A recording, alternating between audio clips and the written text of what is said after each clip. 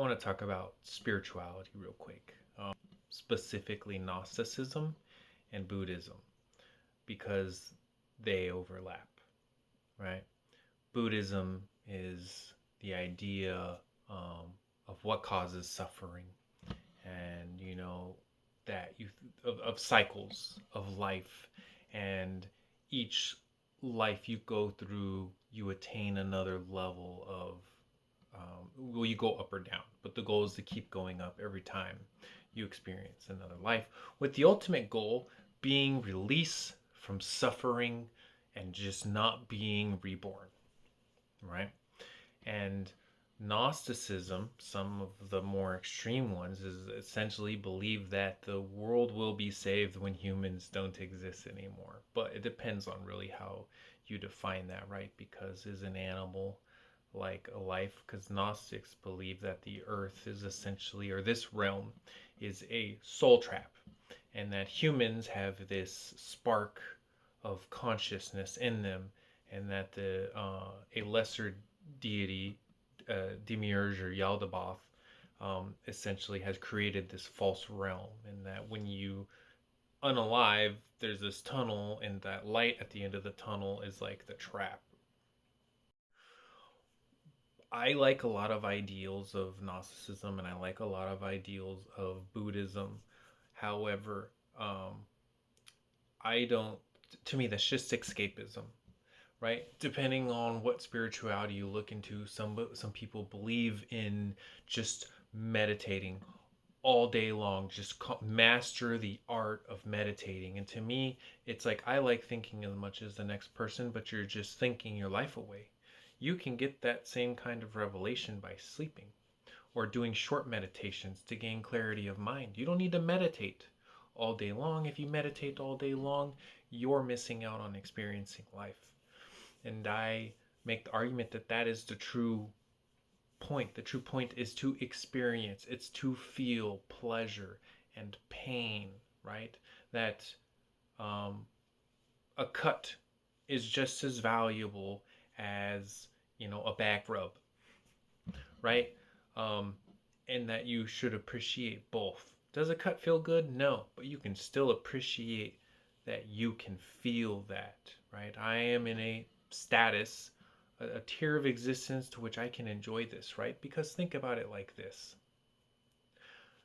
What if you didn't have to drink water, you didn't have to breathe, you didn't have to eat, and you could just go? You didn't have a physical body to maintain, and you could just go.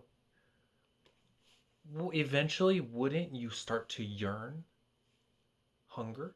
Wouldn't you start to yearn for pleasure, for pain, to feel, to experience? I make the argument that you would, and that this whole experience as a human is something that should be treasured, and that it's not something you should want to escape, right? Only people typically want to escape because they're suffering, right? And what is suffering? Suffering is pretty much the lack of peace of mind.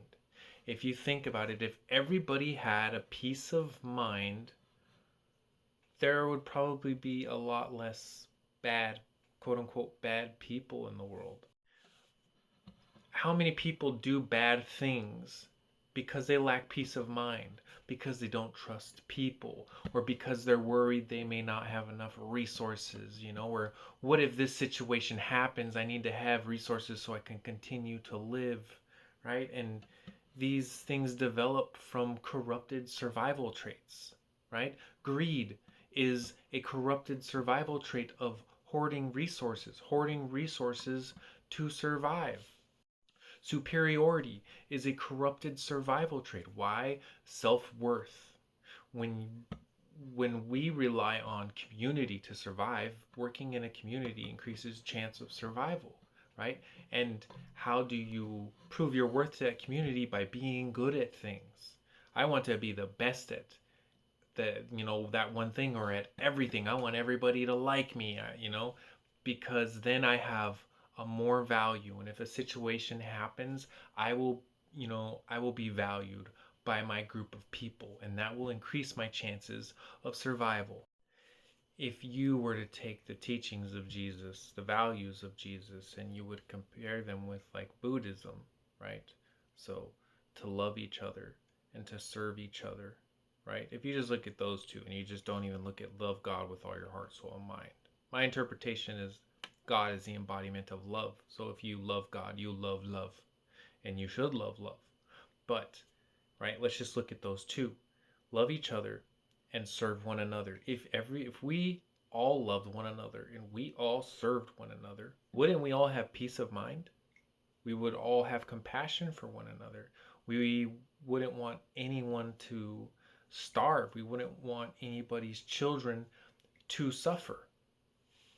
Most of our problems stem from the combination of fear with ignorance, because we fear the unknown. We fear that there's nothing after this life, and so we latch on to um, religious beliefs as um, coping mechanisms in a way, right?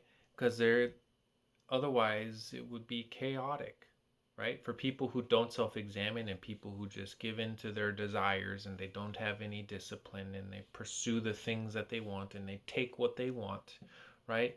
We have to believe that there has to be some repercussion, there has to be some consequence. You can't just go around being and doing horrible things, right? That there's the threat of divine punishment for those people, and that if I am a good person, then, you know, there will be a good place for me to go to next. But we could also just, if there is nothing next, right, then we could just do our best to make it better for the next group of people who are going to have their experience, right? Sustainable development, sustainable technology, energy, and resources. I do believe there is something next. It's just far too many things that act in a way the universe is very binary, and like energy turns into other forms of energy, it doesn't go away, and matter turns into other forms of matter, it doesn't go away. So in a universe that is, you know, positive and negative, on and off, is or isn't, and you have these different states of transition where you don't actually end, you just transition into another, right? You have the caterpillar, and then you have the crystallisis or the cocoon, right? And then you have the butterfly, you have the tadpole, you have the frog. Even as humans, we have those different stages of existence. So it makes a lot of sense to say that more than likely this experience is just one part of a huge stage to go. But I mean, we'll never really know. We'll never know until we're done with this experience. And if it is nothingness, right? I don't think that's scary. Why would that be scary? Nothingness, you wouldn't know, right? In the same way that when people talk about, well, what if I had been aborted? I wouldn't care if I had been aborted because I wouldn't know. I wouldn't care. I would not be conscious that I was aborted because I would just not be. And I make the argument that global peace of mind is attainable, that we can fix all these unhealthy systems that we live in just by making education free, accessible, and equitable. Teach children philosophy. Teach children to be critical thinkers, to question, things they don't understand, to question their self, why they value the things that they value, right? Like, what do they feel, what checkboxes do they feel they need to check off in order to be valuable to their family, right? In order to be considered a member of society. Teach them to appreciate that everybody has different perspectives and two different people can see something in two different ways and they can both be right. It doesn't just have to be one person who's right. Certainty creates so many conflicts because one person cannot accept that they're right and the other person is also right, that you both just don't see the whole picture.